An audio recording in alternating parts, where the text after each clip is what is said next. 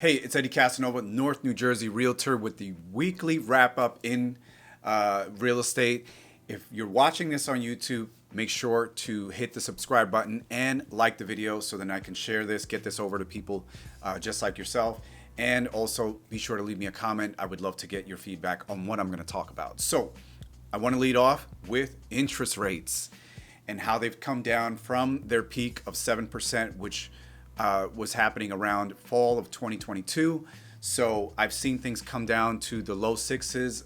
Interest rates fluctuate very frequently, but I've seen it come down to almost a full percentage point from where things were last year. Now, that's great news if you're one of those people that have been on the sidelines because of higher interest rates. This should be encouraging news because essentially your mortgage payment will be a little bit lower now. And one thing I want to put, add here is that mortgage experts are saying that we're probably going to hover somewhere right below 6%. So the idea of waiting around to see if they go any lower probably isn't the most practical thing because we may not see those low interest rates that we were used to just a year or two ago. We might not see 3% for a while. So it's something to consider if you are thinking about buying a home. Okay, so my next topic of discussion relates to an article that I saw on NJ.com, which talks about how homes in New Jersey have sold faster in the last 12 months than any other time during the last decades. So that's huge for anyone that tried to sell their home during the last year. That means that you sold it faster than people that tried to sell their home in previous years were able to. So it's positive news still because we're having an inventory issue where there are not enough homes on the market to keep up with buyer demand. And so if you're in the market to, if you're thinking about selling, that's sort of, that's what I would consider a positive thing to look at. And it's an encouraging thing to make you want to take that next step to put your home on the market. Okay, so the next article is actually also on NJ.com. It talks about three New Jersey cities that top the national survey for percentage of residents who rent their homes. So the first one on the list is Newark, followed by Elizabeth, then Patterson, and 6 on the list is actually Jersey City. And so I find this to be a statistic that would be good for would-be landlords, right? If you're looking to see where are investors buying rental units, where do they seem to be finding their best return on their money, where are would-be house hackers going to buy, let's say, a multifamily where it makes sense, the numbers make sense. These are the kind of things that I would consider, along with other things that you have to factor in.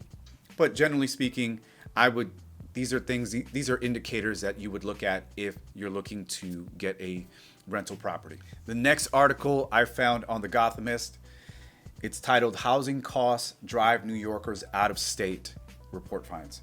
So it says, middle-class Manhattanites moving across the river to Hudson County, New Jersey can expect to save thousands a year on their mortgage costs. And it goes on to say that they found that people who leave New York most often move within the tri-state area. 16 out of 20 most common moves were from the 5 boroughs and Westchester to New Jersey and Connecticut. And so to this article resonates with me personally because I left a tiny, very expensive apartment out in Bushwick, Brooklyn to buy a house in New Jersey.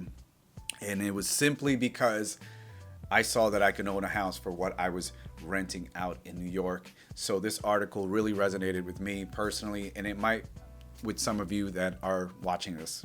Okay, so lastly, and before I forget, I'm going to link to all of these articles in the description area so you can take a further look for yourself. Bayonne is going to have a movie studio developed here. And so it's supposed to bring 3,000 jobs to the city.